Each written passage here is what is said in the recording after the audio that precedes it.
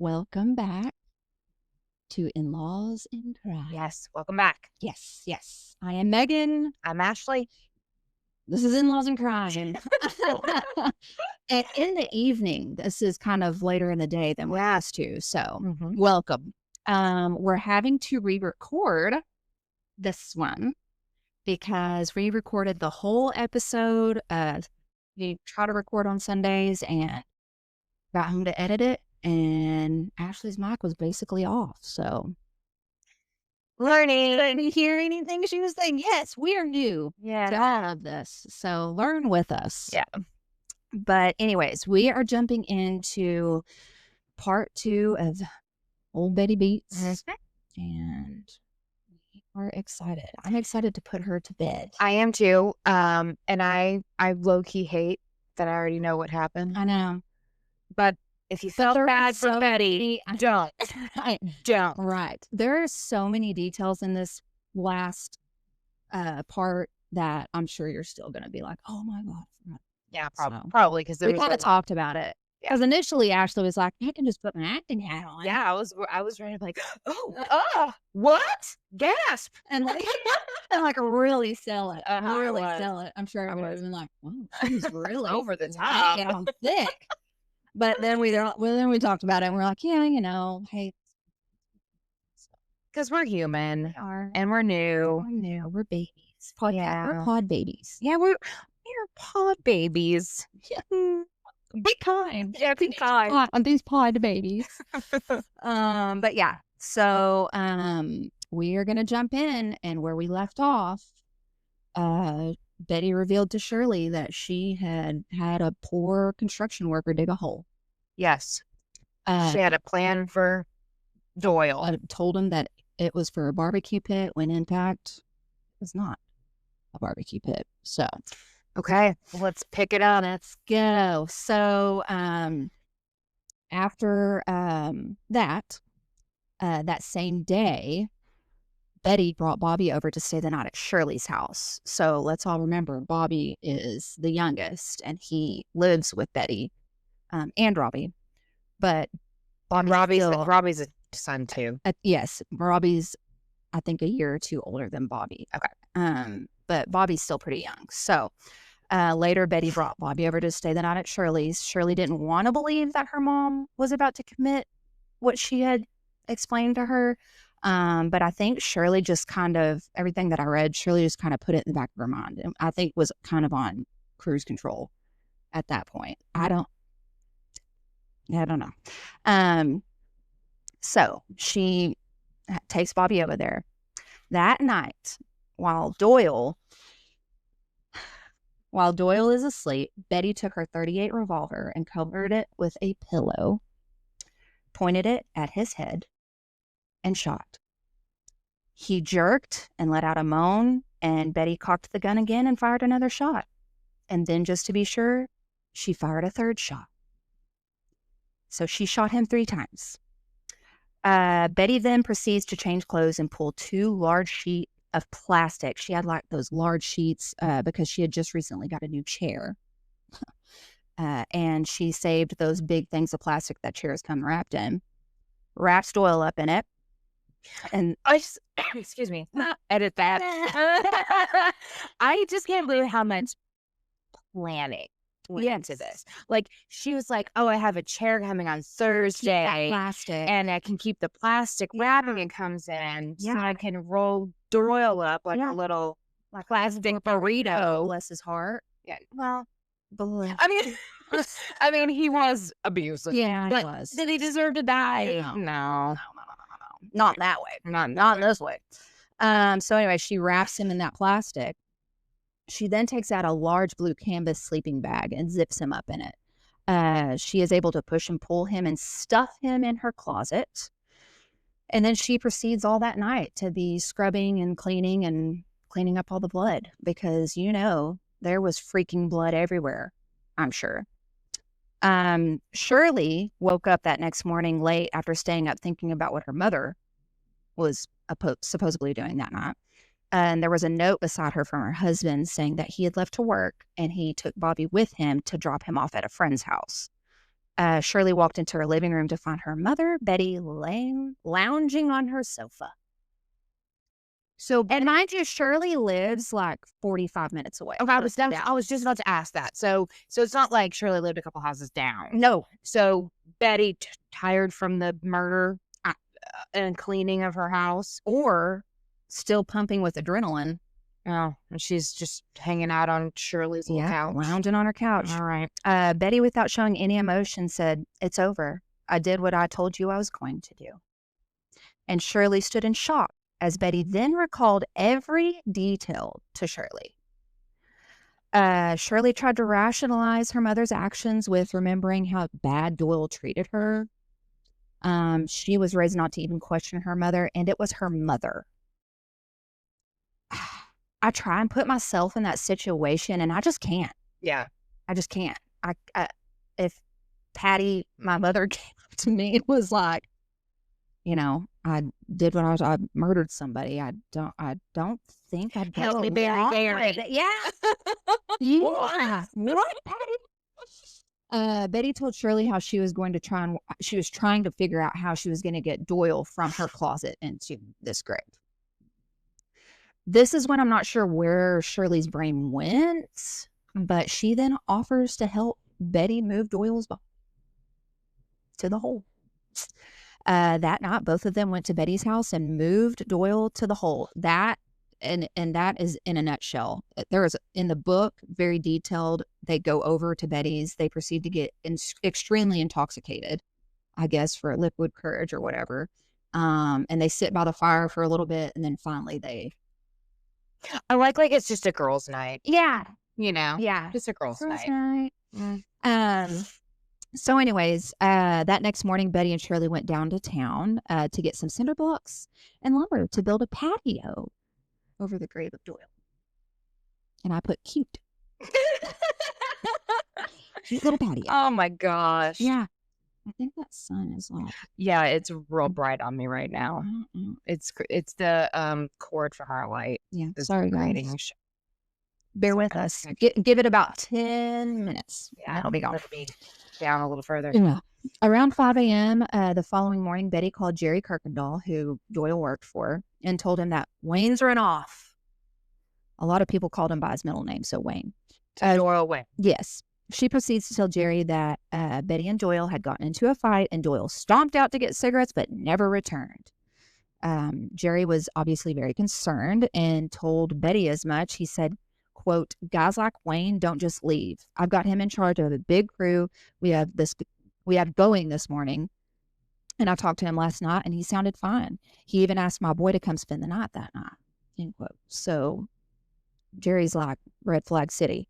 3 days later, Jerry was extremely worried still that Doyle still hadn't turned up. So he drove by Betty's house. And when he pulled up, he spotted Doyle's truck sitting out front. So Jerry sees this and automatically has a flutter of relief, like, oh, he's back. But when he got out of the truck, he saw Betty walking towards him, and he said, "Sure glad Wayne's changed his mind." And Betty then replied, "What the hell are you talking about?" And Jerry says, "Well, obviously Wayne's come back. You said he'd run off." And then Betty replies in an annoying tone, "He did leave." The concern came back to Jerry all over again. And he told Betty, "I've never heard of a man leaving without his truck." So. Right. Explain that, Betty. He took off on a foot. Yeah. Bicycle. Yeah. Skateboard. Was abducted. Yeah. Like, what are we talking about, Betty? They continued with an awkward conversation, and Betty seemed more aggravated than worried, Jerry noted. So a year later, so that's Doyle. He, from everywhere I read, nobody looked for him or really had any concern of where he ran off to. So except for his boss, Jerry. That's really sad. That speaks volumes to his character, though. Yeah. I mean, obviously he was a piece of shit. Yeah, but he was a damn good worker. But he was a hard worker. Hard one. A year later, a man named Jimmy Don Beets walked into the bar that Betty was working at. He's a Dallas firefighter and was a divorcee with one son, James/Jamie. People call him Jamie. Jimmy was well known and well liked. He lived in Maybank, and his son, Jamie, was now 25 and married with 2 kids. Jimmy adored his grandson. So everywhere in his house there was pictures of them, and he would talk about them all the time and see them all the time. Betty told Jimmy that her ex-husband ran off, left her, and she hadn't heard from him since. On August 19th, 1982, Betty and Jimmy got married. Jamie moved into Betty's trailer, and they lived in newlywed bliss for a hot second. Backtrack a little bit. Jimmy had a house in Glen Oaks, which is near where Betty's trailer is, kind of. So that'll come up later. So, okay. I'm sorry. Refresh me, because I'm not remembering the first episode. She married Doyle, though. Yes, she did. Yes. Okay, so she would have had twice, I think. Did she remarry him? Hell, I don't know. I don't know. No, Betty has a lot going on. I don't know. Department. But okay, so I was trying to think, because there was no body. He just left. She was probably able to get divorced. I didn't think about that the first go around when I was listening. Yeah, I'm trying to remember in the book. I think they like presumed him dead. I think when he died, that just made her a widow, and I know that. Yeah. So he was missing. Yeah, he just left. Yeah. But I know from experience in Texas, only one of you has to want to get out of the marriage. So there you go. Thank God. Well, there you go. You don't need consent from the other person. Thank God. Woo. Anyway. So yeah. Jimmy adored his grandchildren, like I said. Betty told Jimmy that her ex ran off, and she hadn't heard from him and then they got married. I'm rereading the whole thing. Jimmy's niece, 31-year-old Jackie Collins, she worked for a insurance company, a J.C. Penney insurance company, which was confusing when I first read it. One day, her uncle's name comes across her computer at work. She read carefully the new life insurance policy. Nothing really looked abnormal with it. It was a $10,000 policy, except the address. She noticed it wasn't her uncle's address or the address of his new wife. It was a Mesquite address. So she decides to call Jimmy and ask, and they small talk for a little bit and catch up. Then she asks if he took out a new life insurance policy, and Jimmy replied, "Life insurance? No, why?" Jackie explains one just came across her desk with his name and information on it for $10,000, and that all the correspondence for the policy is to be sent to a Mesquite address. Jimmy explained he had no idea about this, especially when he already had a $100,000 policy that Betty was the beneficiary of. So he tells Jackie to send him the policy so he can look it over. When Jimmy gets the policy and he looks it over, he notices that Betty is listed as the beneficiary on this one, and that the address listed looked a lot like her daughter Faye's address, who still lived in Mesquite. So Jimmy confronts Betty, and she claims she plays freaking dumb, and she claims, "I just remember something from Penny's about opening a charge account." Jimmy explains to Betty, "Hun, that's not a charge account, honey. It's a life insurance policy that you took out on my behalf and made yourself a beneficiary of." And so she just sits there and plays dumb, and Jimmy says, "I'll handle the finances from now on, Betty." Credit card applications and life insurance applications, not the same. Not the same. I feel like there'd be a lot more paperwork, and you would think that if you're taking, which I don't know, but you would think that the other person would have to sign and say, "Yeah, I'm taking a life insurance policy." Well, I mean, that comes up at the end. So. I feel like too that she didn't shoot very high, and I'm wondering if she didn't know about the $100,000 policy, because why would you turn around and add a $10,000 one? No, I don't know. Okay. That's kind of what I was thinking when I was reading. Okay. But. Well, Betty's trash, so whatever. Yeah. Okay, keep going. In the beginning of August 1983, Robbie, one of the sons, was living with his mother, Betty, Jimmy, and the little brother, Bobby. So they're all living together. He woke up one morning to find Jimmy out in the front yard with bricks and lumber. Robbie had recently been in a little bit of trouble. So Bobby, Betty, and Jimmy had left town, I think, for like a week to go to an out-of-state funeral for a family member. And Robbie stays back because he had a job, and I guess couldn't get off or whatever. So he proceeds to take his mother's truck, which is actually Doyle's truck that Betty still has, and Betty drives it around. Takes that truck, goes just causing a ruckus. Joyriding. Yes, in this truck. Then takes little brother Bobby's little motorcycle he had, takes that on a joyride.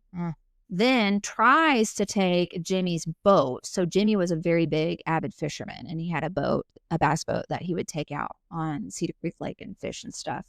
And Robbie tried taking his boat, but I guess couldn't figure out how to couldn't figure it out. So when they got back and saw this, and the house was trashed, apparently, what I read, Robbie had quit his job as well. So he was just like, woo! Anyway, so he's in trouble from all that right now. So he wakes up and he sees Jimmy outside with some bricks and some lumber. And he walked outside and he asked Jimmy if he needed any help trying to kind of make amends, I guess. And then him and Jimmy spend the next 3 days building a little wishing well planter for Betty that she had been wanting. When they finally finished, Robbie turned to Jimmy and said, I can't believe that we just did all this for Mom just because she wanted it. And then Jimmy replies to him with a smile and says, you haven't figured it out yet. Whatever Betty wants, Betty gets.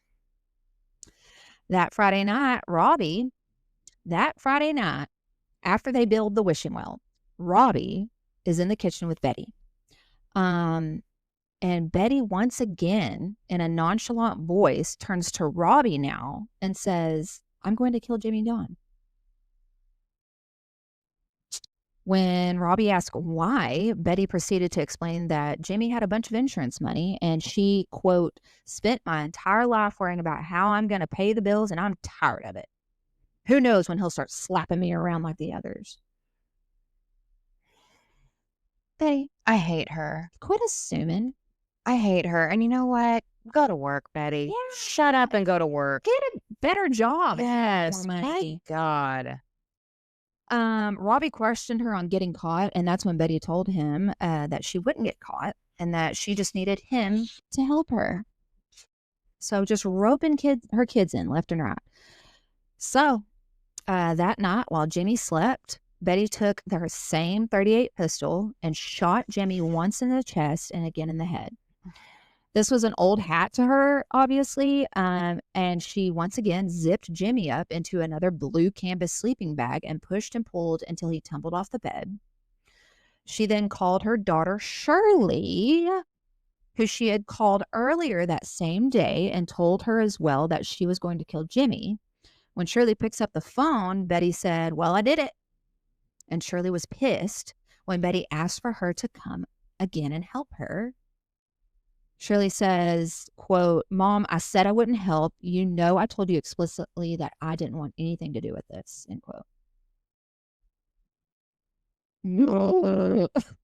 I mean, let's be honest. Betty's a twat. She has no one else to call. I know. She has no friends.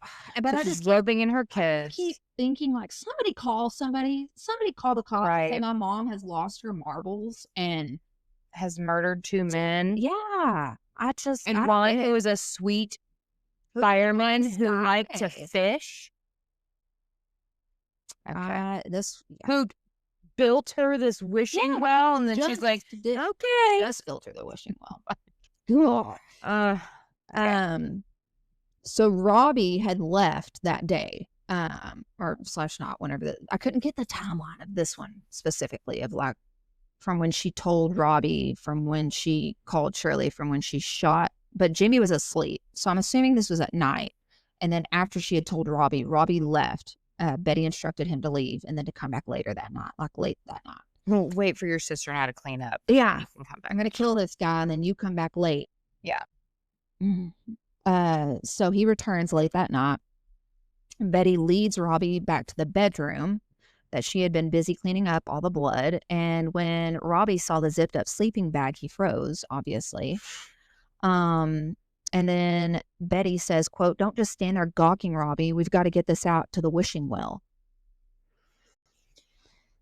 And so Robbie says, the well? And Betty replies, sure. Why'd you think I had Jimmy build it? It's just I guess it was too tiring when she built her own patio last time. So why not just have him Jimmy build his own? Yeah.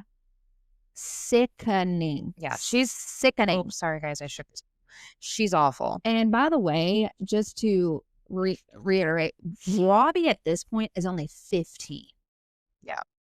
He's only 15. He's just a baby doing what his mom tells him to do, which is heartbreaking. His freaking frontal lobe isn't developed. I mean, he probably, good Lord. Yeah. What 15-year-old is making good decisions? Yeah, and you're being raised by Betty Beets. Yeah. Lord only knows. Shirley arrived around 2 a.m. that morning to her mother's house, so Shirley does end up coming. Her husband, Shirley's husband, had drove her that whole way, and she had just told her husband that Jimmy and Betty had a fight and that Jimmy had ran off once again after they had a big fight. Shirley was only in the house for about 15 minutes, though. We don't know. I couldn't ever find what was said or what was done in that 15 minutes when she comes out arm in arm with Betty, laughing and talking. Shirley never told her husband about the conversation she had with Betty. That next day, Betty instructed Robbie to take Jimmy's boat out to Cedar Creek Lake. She had already put Jimmy's fishing license, his heart pills, and his glasses scattered at the bottom of the boat. So backtrack a little bit. Jimmy, from meeting Betty, had a heart episode. I couldn't figure out if it was a heart attack or what, but he had to be on heart medicine that he took daily. So she scatters all that at the bottom of the boat. She tells Robbie to take the prop off the boat to make it look like he had motor issues and abandon the boat somewhere on the lake. That night at Redwood Marina on Cedar Creek Lake, 2 men find Jimmy's boat and the marina owner, Lil Smith. They all knew the Beetses, and so they call Betty several times. Finally, after 10 p.m., Betty answers, and she comes down to the marina where Lil remembered she couldn't help but noticing that Betty wasn't even crying or acting worried. When I was reading this part in the book, Betty just kept asking Lil, the owner of the marina, like, I don't know how I'm going to get the boat home. Like, she was just concerned about the boat. And Lil and all these men that are at the marina are like, well, I mean, we need to call the sheriff. We need to figure this out. Where is he at? Right. And so I think the sheriff, it says it later on at the end, but somebody ends up coming, law enforcement, I can't remember if it was a game warden or whatever, but they come and look at the boat anyways. So, but Betty was just more concerned about how to get the boat home. Yeah. At 8:30 a.m. the next morning on August 6, 1983, John Marr, a deputy, and Hugh D. Woody, the fire chief of Pain Springs, were at Betty's front door. Betty had only reported Jimmy missing about 30 minutes earlier, so she woke up and reported him missing. She invited them in, and they both told her how they both knew Jimmy really well, and they were determined to help find him. One of them said, "We need to get a statement from you." And I like to think at this point, this is when Betty was probably like, guess this isn't going to go the same as Doyle. Guess these people are going to actually look for this guy. Because you married a decent dude. Yeah. And that's what happens when you're a decent human. Yeah. People care about you. Yeah. Robbie and Bobby had left that morning for their father's house in Corsicana. So thank God they're out of there. That morning, a full search goes underway for Jimmy. A ton of firefighters from Dallas, like over 50, came to help in the search. A bass tournament that was scheduled for that day turned into a search and rescue team of over 100 boats. The Red Cross brought in a trailer full of food, water, and first aid for the massive search party. Altogether, the official search lasted for about 13 days. 200 boats, 2 helicopters, 4 airplanes, and hundreds of volunteers is what was calculated. Captain Blackburn, he was a captain at the Dallas firefighters who lived in Maybank, and he was actually friends with Jimmy, had headed up the search and kept the records, and he calculated approximately 3,020 man hours had been logged. Wow. Search for Jimmy. So rewind back, only 2 days after Jimmy was reported missing, Miss Betty, while this massive search party is going on, Miss Betty decides to go to the funeral home in Seagoville, where she chooses a white casket and she picks out a cemetery plot. And then that next week, she asked for a memorial service to be held for Jimmy. Jimmy's family, especially his parents, dismissed this ridiculous idea. And I remember reading a lot that Jimmy's father was almost quite certain that Betty had something to do with Jimmy's disappearance. So I'm sure that just concreted that little idea in his head. So also around that same time, a fire chaplain, Denny Burris, came to visit Betty at her house to give her some prayers and some comfort. But almost immediately, Betty asks him, quote, "If they don't find Jimmy, what kind of benefits will I be eligible for?" Yeah. You know what? I didn't think it was going to piss me off hearing it the second time, but it is. It is pissing me off so much because you're right. I forgot there were so many awful things that she did. Just so many weird facts. I mean, but he's got to be dead for her to collect, but there's no body. Oh, yeah. Okay, I hate her. I know. I hate her. I know. Me too. Bye-bye, Betty. So this really threw him off because he had actually just came from Jimmy's parents' house, who were just beside themselves with grief. And he thought he was coming there to a weeping widow, basically. And she pops off that question. And so Stone Cold Betty asks him that. Denny told Betty that he would look into it for her because, I mean, I guess he was probably thinking everybody grieves differently. And I mean, if I can help her, I'll help her. Days later, he comes back to Betty and tells her that Jimmy had over $110,000 and it would be double since his death was accidental. That, along with survivor benefits equaling around $900 a month for the rest of Betty's life. But Denny added at the end, which I'm sure this was horrifying for Betty, that the pension was governed by the Dallas Fire and Police Pension Board, and they would have to meet and even decide about paying it. And the insurance wouldn't be able to be paid if a body wasn't found for 7 whole years. And I put, dumbass Betty probably should have researched that little hiccup before you started throwing bullets around. Yeah. Good God. In the weeks following the killing, Betty tried talking to Robbie about it. Why? I don't freaking know. But Robbie would only express that he didn't want to talk about it, obviously, because he felt so guilty. Betty at one point tells Robbie, "Don't worry about it. You're no worse than Shirley." And Robbie obviously doesn't know a damn thing about Shirley and says, "What's that supposed to mean?" And Betty says, "Shirley helped me bury Wayne." I can't imagine Robbie hearing that from his mom about his sister. And he's probably like, what family am I living in? Right. What is happening? At some point, Betty tried selling Jimmy's Glen Oaks house. But Jamie, Jimmy's son, hired an attorney and filed a restraining order on her. And that legally bound her from selling any property belonging to Jimmy, thank God. Good. Almost a year after Jimmy went missing, Betty faked a power of attorney for him, though. And she sold and signed over his boat. Days turned into weeks, turned into months.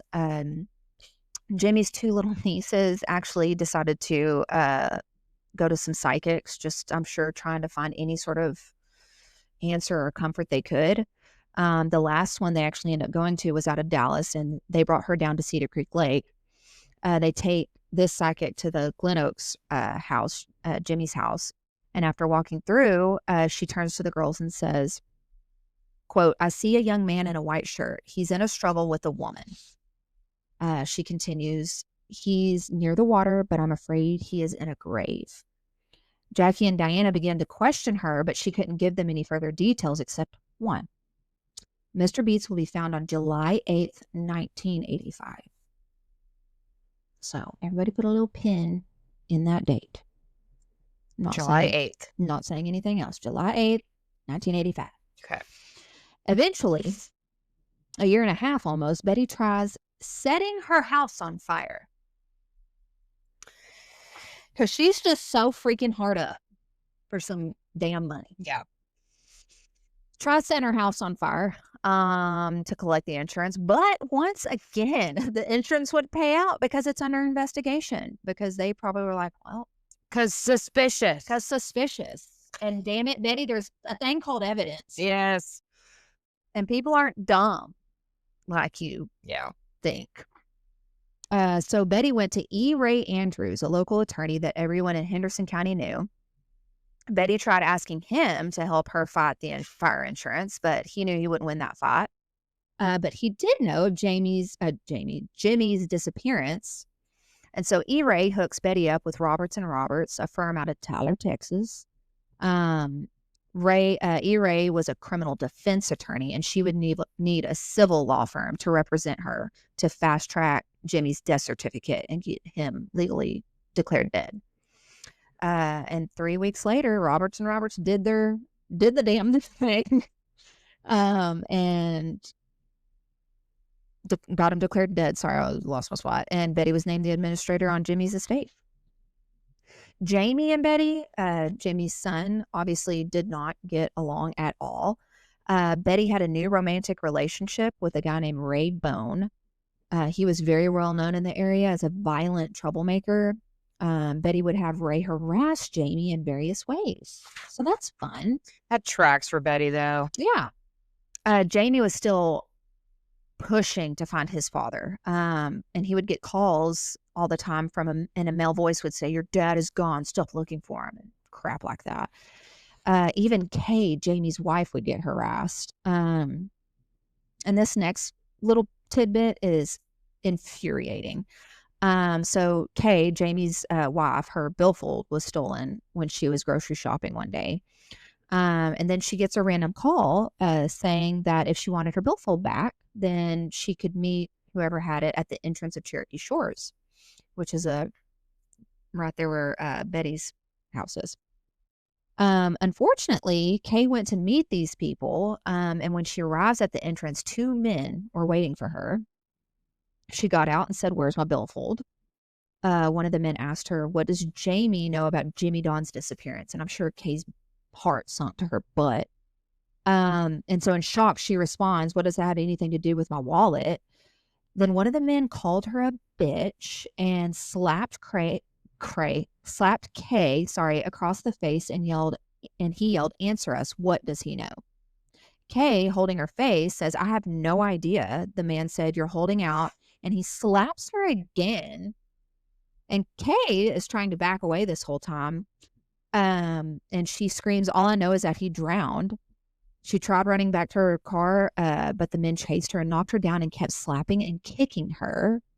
Finally, they run off to their truck and drive off. I mean, what are we doing, people? Acting like we're the damn mafia or something. Yeah. Redneck mafia. Yeah, it just implicates your guilt. Right? Yeah. You're trying to figure out what somebody else knows because you're worried about being caught. Yeah. And I can't imagine how Jamie's feeling. Like, I'm sure this is all just solidifying, all his thoughts. So our hero, one of the heroes, Sheriff Deputy Rick Rose, he was involved with Jimmy's disappearance case a little bit, but it was now closed. One day, another deputy brought a man named Ron Becker into Rick Rose's office and says, "This guy wanted to see you."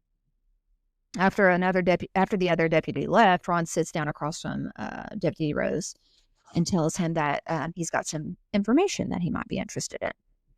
When Rose questions Ron says, "Remember Jimmy Don Beets?"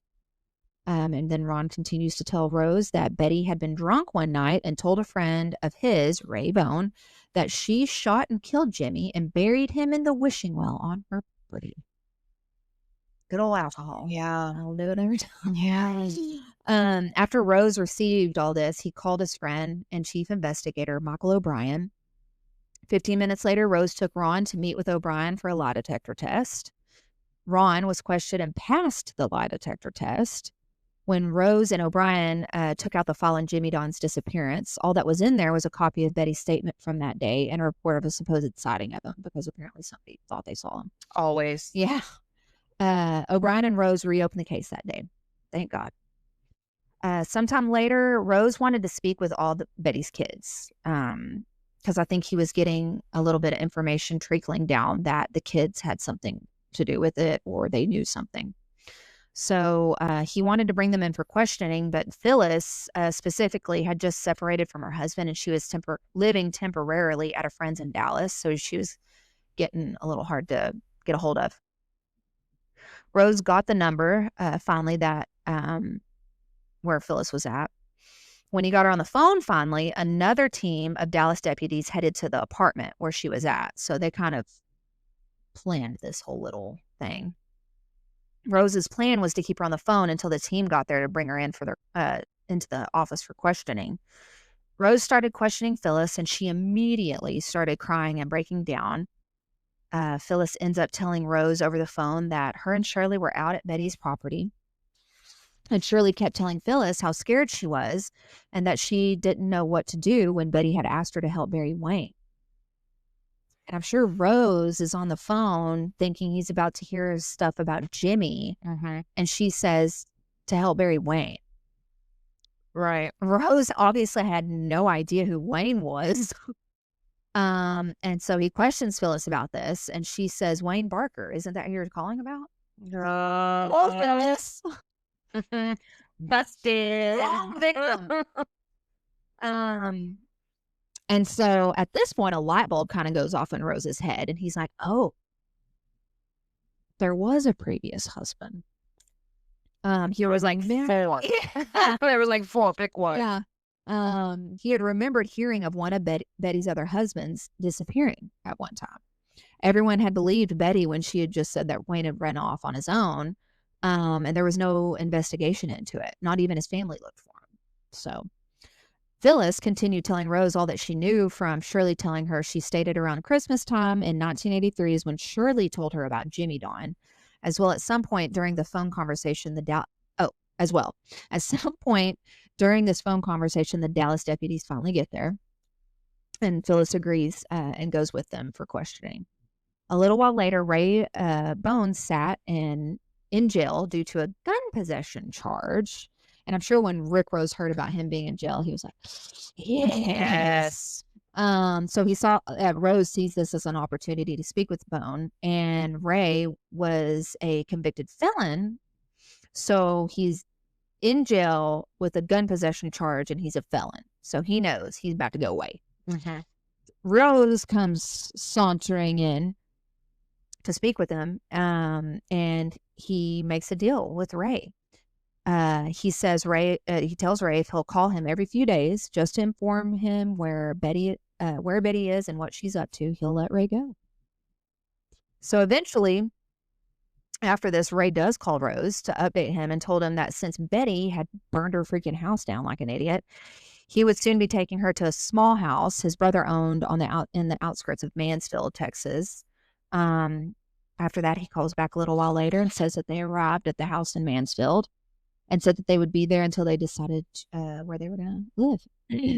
So, the police and the fire department pension board held their meeting on the first Thursday in June. In that meeting, they were going to discuss whether Betty would receive the pension from Jimmy. Unfortunately, they were not aware of the case being reopened. And so they awarded Betty a lump sum of $15,852 for back payments and $792 a month every month for the every day for the rest of her life, every month for the rest of her life. And I wish I would have done the calculations on that, because that's probably a lot at this point. Yeah. Rick Rose and Michael O'Brien made a trip to Betty's burnt trailer one evening. They were there trying to gather some evidence for a search warrant. It was being policed by the fire marshal right now because obviously she burnt it. So they were fairly confident that nobody had been in there messing with stuff. Rose begins looking around through a stack of old letters and newspapers that he had found in the kitchen. And that's when he found a little list, because apparently Betty liked to keep her stuff. Betty was a list maker. Yeah, she was, hey. Organized. Yeah, organized crime. But he finds a list of guns. Altogether, there was 19 guns on this list. He noticed one gun, a .38 pistol that had a red line drawn through it. I just want to say really quick, I know for people, if you're not from here, if you transplanted in, or if you're listening from another place, 19 guns for a Texan probably isn't a lot. Not a lot. When you think of all the different Very things common. of people hunt and all the different guns required for that. Very common. Yeah. I would say for a woman, a little less common. Yeah. So I'm sure they were like, that's true. I didn't think about her being a girl having that many guns, but for our boys that hunt and whatnot, it's not uncommon to have all that. So anyway, okay, I'm sorry. No, hey, Texas. Yeah.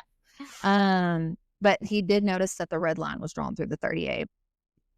So Rose also found Betty's fake power of attorney. So he takes that with him. Or I'm sure he just noted it. I didn't say if it did. I don't know. They're just there looking for evidence, people. So finds a fake power of attorney and also finds that bill of sale for Jimmy's boat. Mike and Rick go back to the office to draw up the warrants. And in addition, for Betty's arrest warrant, they draw up one for Shirley as well. So at this point, they're like, he added, from that, the Dallas police had secured Phyllis's statement. So that was the more evidence for the warrants. A few days later, the sheriff's office had forwarded a phone number with a message for Rick Rose to call Ray Bone. When Rose calls Ray to inform him that they were still at the brothers' house, but they were getting ready to leave. They would be going on Highway 287 north of Mansfield, heading south. And that's when they kind of, Bone and Rose kind of figure out like where they're going and how they can. I think that's Rose decides that this is when they can make their move to arrest Betty.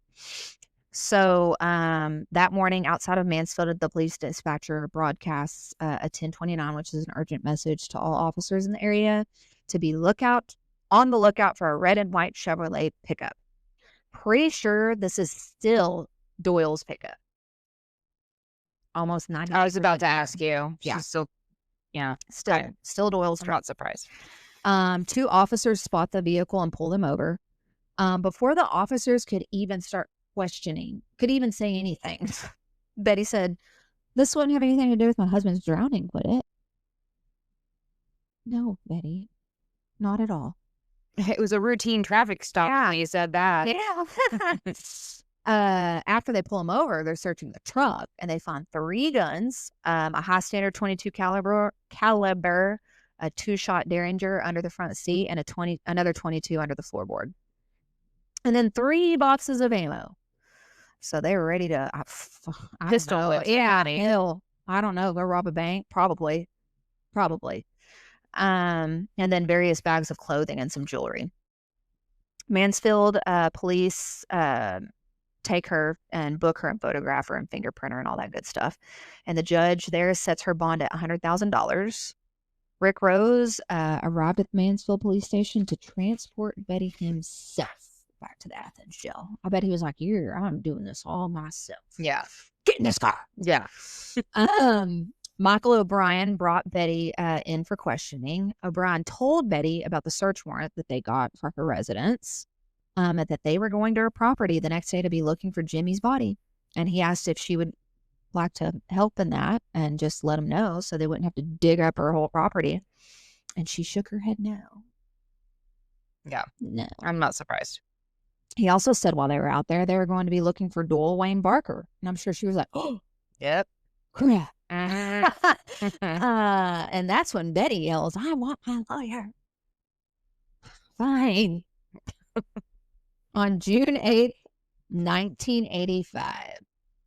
So the psychic was only 1 month off. June 8th, 1985. An array of people go out to Betty's property. Backhoes and other law enforcement shovel dirt away from the wishing well. After knocking it over, they begin to dig and came upon a piece of wood planking.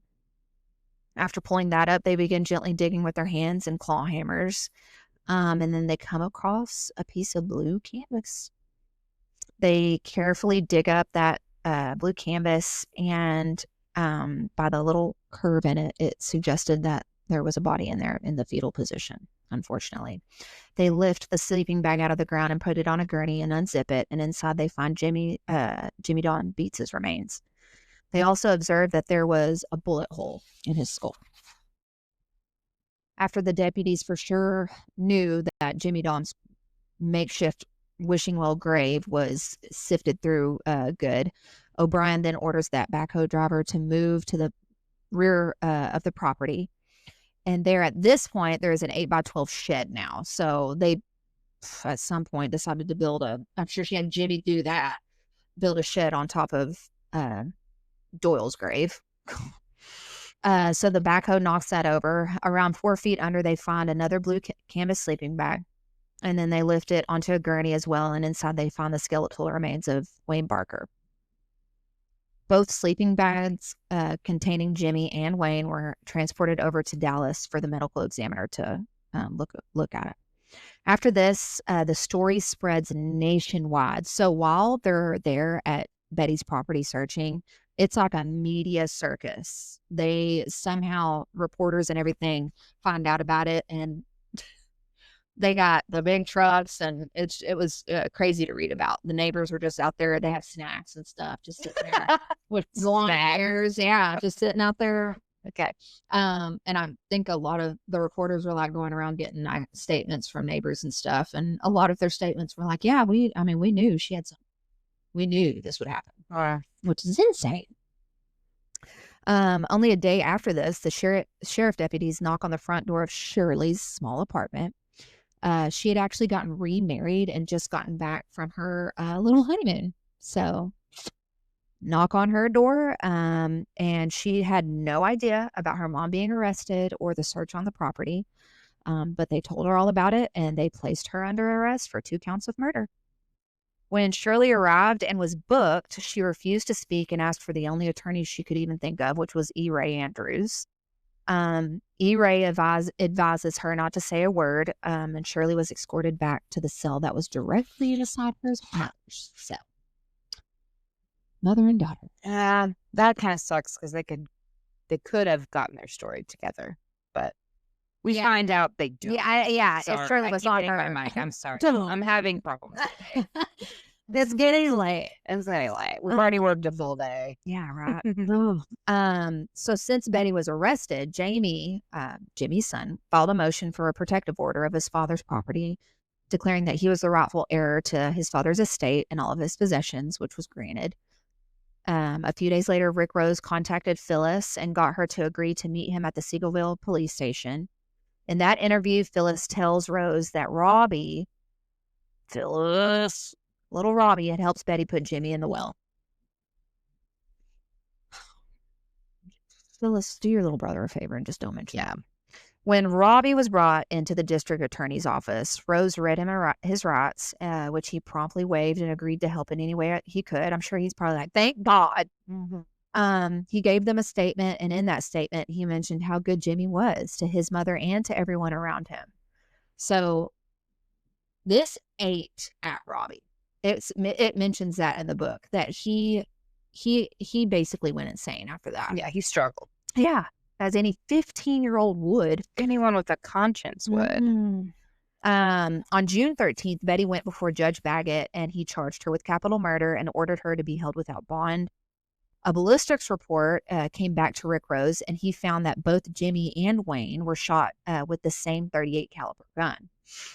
This was found because the shell casings were also found in the sleeping bags. So another light bulb goes off for Rose at this point, and he's like, .38 caliber. And he remembers the red line drawn through it. And then also he remembers there is a .38 caliber in evidence right now because little Bobby, which is Betty's youngest, decided to go on a little troublemaking spree one night, and they were going to go rob some people. They didn't get far, and they were caught. But when they were caught, in the truck that they were in were 2 guns, and one of them was this .38 caliber, which was his mother's murder gun. So Rose gets the gun and sends it off to be test fired to see if this is the same. And then they were going to compare the bullets. Jimmy Don Beets was finally laid to rest with a proper burial. On June 21st, his family held a service at Roselawn Memorial Garden in Seagoville. July 11th, just over a month after the remains were discovered, the grand jury hearing begins. Just a few hours before this, O'Brien rose Robert Branson Sr., which is the girls or the Betty's ex-husband with all the kids. So this is the dad. And Jay Stigner, Stigner, Shirley's father and new husband, they all gather together in the hallway and they try to come up with a plan to have Phyllis speak with Shirley. So at this point, they know Shirley's in jail and that she's being charged as well, but they know that she didn't kill these men.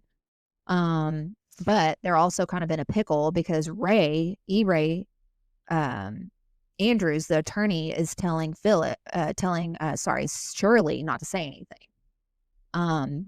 And they're all getting this information, and they know what E-Ray's probably up to, which is he's going to try and pin some crap on these kids to get Betty out of it.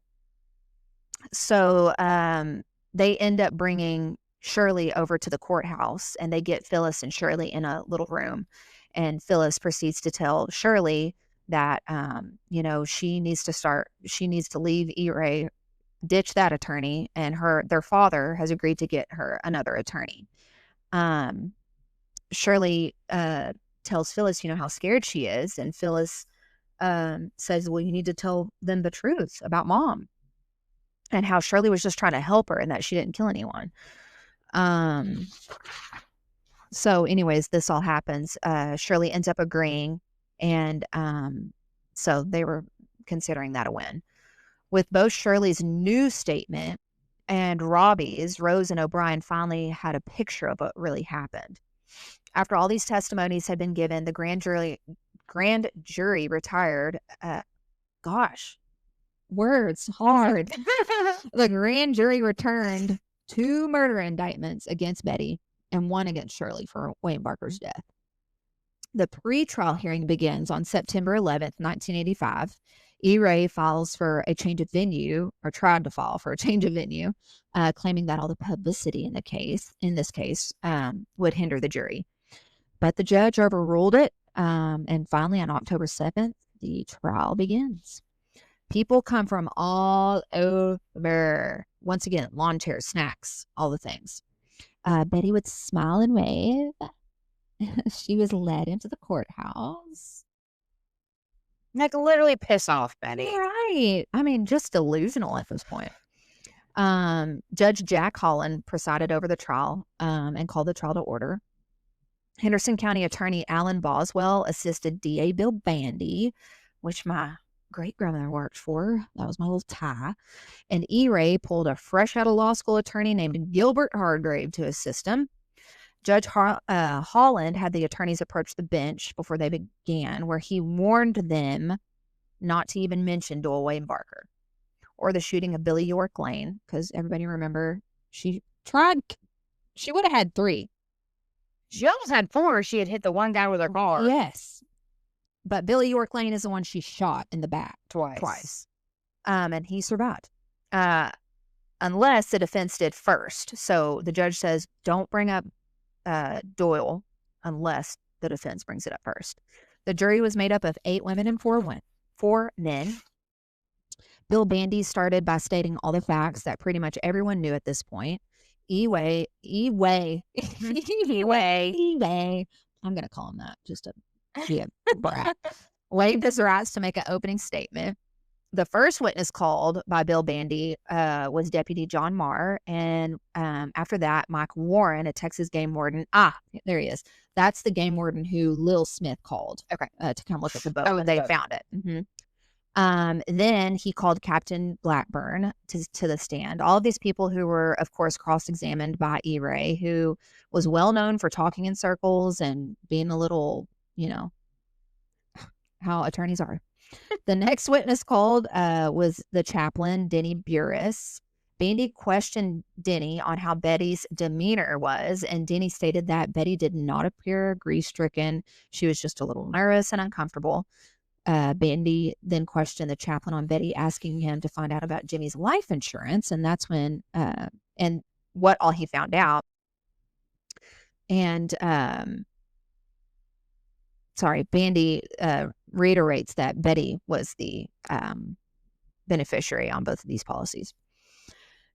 Betty's son, Robbie, was finally called to the stand. He never once even looked at his mother, and Bandy walked him through what was the worst night of his life. He was breathing really hard and had a lot of, they had to kind of help him. His words are really short, and they had to basically help him get through it.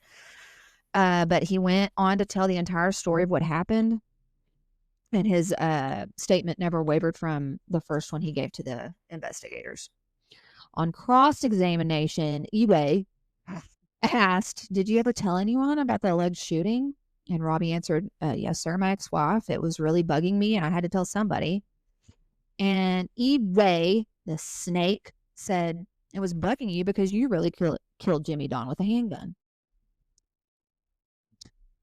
And E-Ray proceeds to drag Robbie through false scenario after false scenario, all while Betty is sitting there listening and watching this, watching her son break down and be berated, basically. Yeah, she's like, yeah, I'm good. Yeah. I'm good. Let's implicate my children, and I want to be innocent in the matter. Like, yeah. Just going along with it. Yeah. Just, she's like, I like this plan. Yeah. Good plan, E-Ray. Yeah.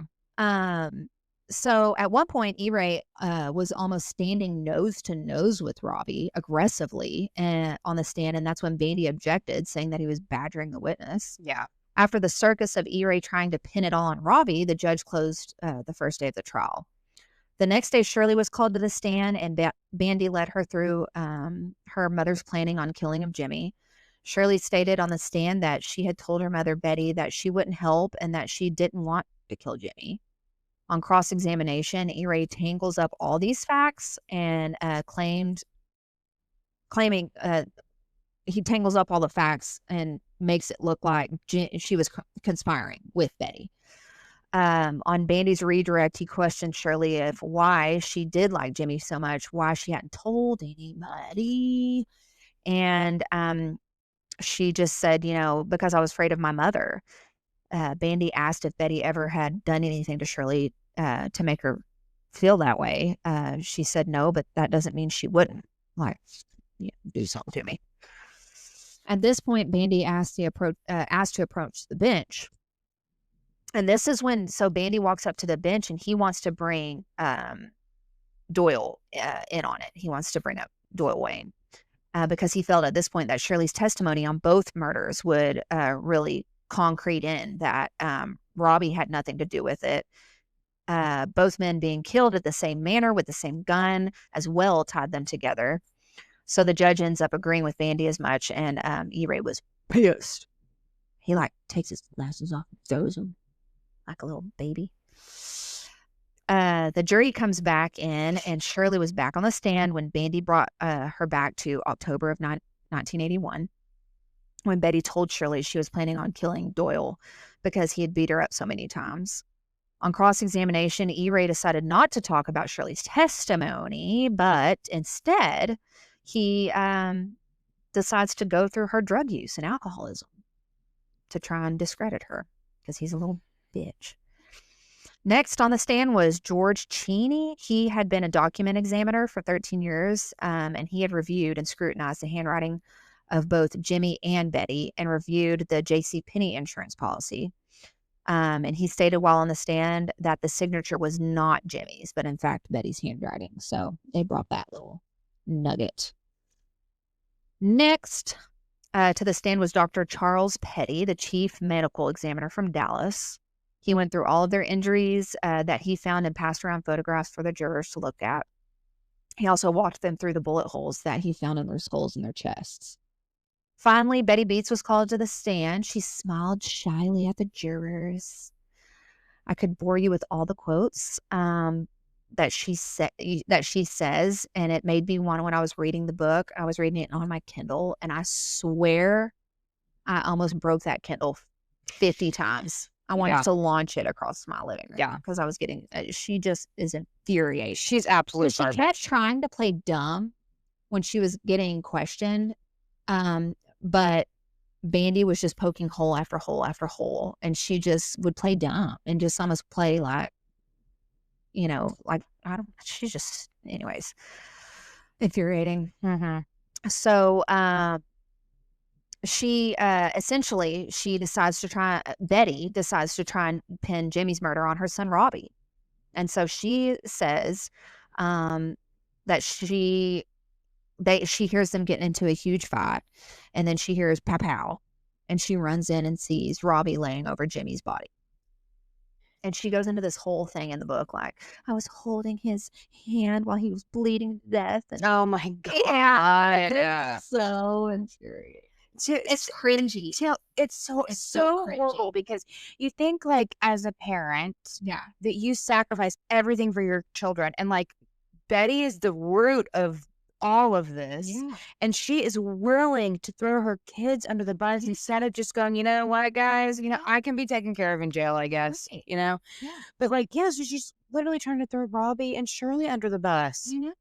No It's motherly insane. instinct whatsoever. It's insane to me. I mean, I can't. No. I think she was on the stand for like 2 days too. So there's that. And so that I'm sure after 2 days of hearing her, I'm sure everybody was ready to end their own lives. Yeah.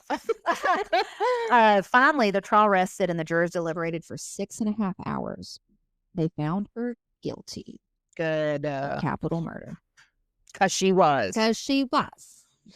Shockingly, when the courtroom is dismissed and Betty finally was escorted out into the lobby, all of her kids, even Robbie, even I can't remember, it said all of her kids, even Robbie, so I'm imagining Shirley as well, all come running to her, crying, hugging her, like still wanting their mother.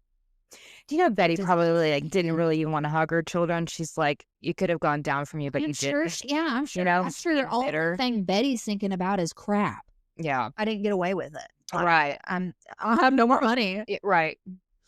Don't worry, Betty. We'll cover you in jail with your 3 meals and your cot in bed. Yeah. What's it called? 2 hots in a cot or 3 hots in a cot? I don't know, something. You'll be fine. You'll be fine. Fine enough. Yeah. The following Monday, the punishment phase of the trial begins.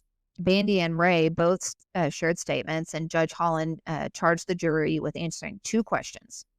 The first was, were all the questions of the defendant's guilt of murder resolved beyond a reasonable doubt? The second question was, would the defendant commit further acts of violence, therefore making her a continued threat in society? The jury was dismissed and deliberated and came back 45 minutes later. The judge reads the jury's answers, that they answered yes to both of these questions. Then the judge said, the jury having found you guilty of murder in the punishment phase, the punishment is hereby assessed as death. So he sends her to death row. Now, several things happen after this, and I could once again bore you, but appeal after appeal after appeal happens. First, Betty ends up winning one of them, but then a short while later, the appeals court reverses itself and then says, never mind, just kidding. So the one that appeal that she won though was to take her off death row, right? Wasn't that what the appeal was for? Yes. It was to take her off death row, Yes, and then no, that's okay. Good thing I heard it already. Right, yeah, jeez.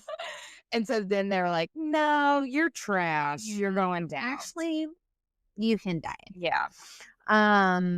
So the killing of anyway, so they justify themselves with saying, because initially I think the appeal was that she killed him for insurance money, and that wasn't enough to put her on death row. And that's what she won it for. But then they reverse it and they're like, actually, the killing of a person in order to receive a benefit like insurance, still killing them you can still die. Qualifies. Yeah. So 1989, Betty's waiting for her execution date to be set. Currently, she would be, currently then, she would be the first woman in Texas since the Civil War to be executed. The date was finally set for November 8th, 1989.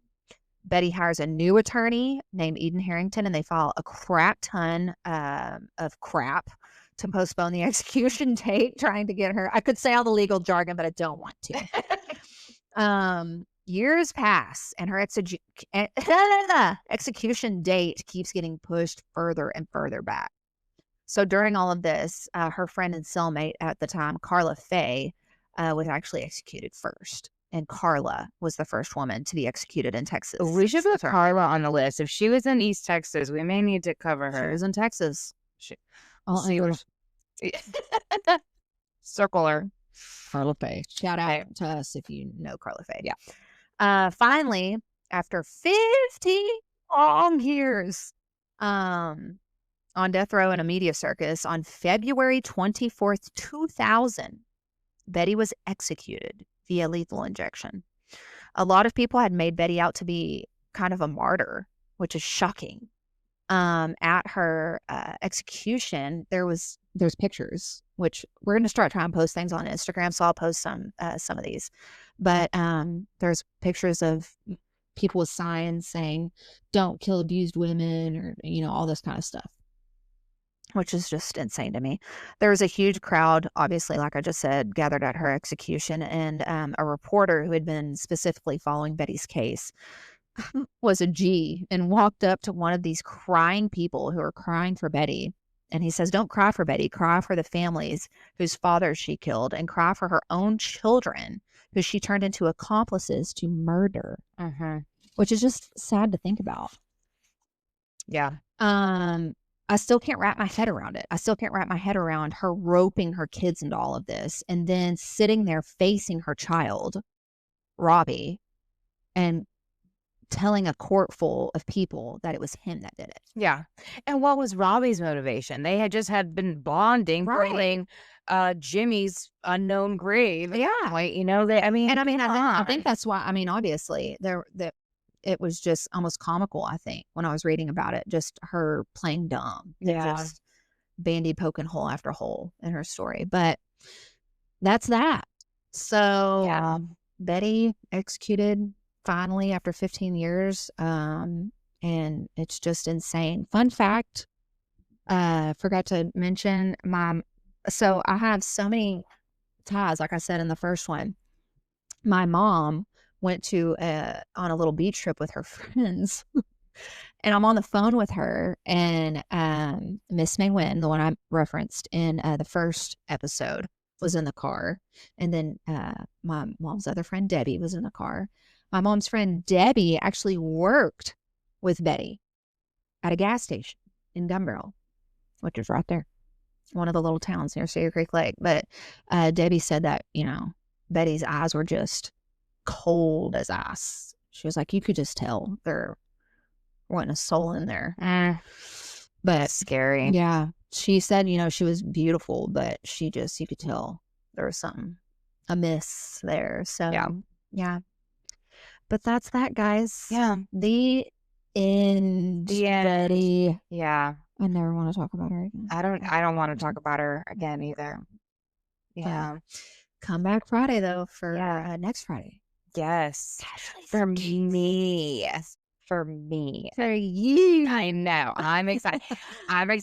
I'm struggling to get through it because it's a very sad one. But I'm glad to talk about it, and like we were talking about, to bring life back to this little innocent victim, and who literally was just so unrelated to the whole situation. It's just awful. Yeah. But anyway. But we're excited. We'll bring him back to life. We're excited to shed light on these things. Yeah. Because people be people, and once again, I know people be crazy. And it's wild. We think things don't happen in our little bubble, but we have a history of the shit going down. We're like, let's start a true crime podcast for East Texas. And wow. Yeah. A flood of, we have a wealth of leads and from just listeners and other people, and still again your dad and Steve. And we've got little keys. Steve and Gary are little keys to the vault. I was like, where are we going with keys? We're going the crime vault. Okay, the crime vault. Okay, I got it. Okay, guys. All right, we'll come back next week for me. Yes, and then after that, our Halloween. Yes. Yeah. Maybe we should dress up. Oh, okay. I don't have a costume or anything, but I'll do my best. Just be a witch. Okay. And we'll get a little hat. Yeah, I can do that. Okay. Okay, guys. Well, thank you so much. Once again, like, subscribe, and share. Subscribe and share. Like, subscribe, and share. And follow us Yes, I'm sorry. I got an itch on my leg. Yeah, I've been torn up by mosquitoes. But sorry, my bad. Hashtag Texas. Yeah. Yeah. Anyways, follow us on Instagram, Spotify, YouTube. I know words are so hard to I'm ready make. to go to bed. Yeah, same. Just like this. 7. It's 7 p.m. man. We are old now. We are old. Yeah. I'm ready for pajamas. Yeah. I was ready at 5. I'm ready to look at true crime. Yeah. But yeah, like, subscribe, share, follow us on our all the socials, and we love you, and keep your roots deep. And your head on a swivel. We said we were gonna do that. I know we did. We're gonna try and keep doing it. We're gonna try. But anyways, we love y'all. Love you. Okay, bye. Bye.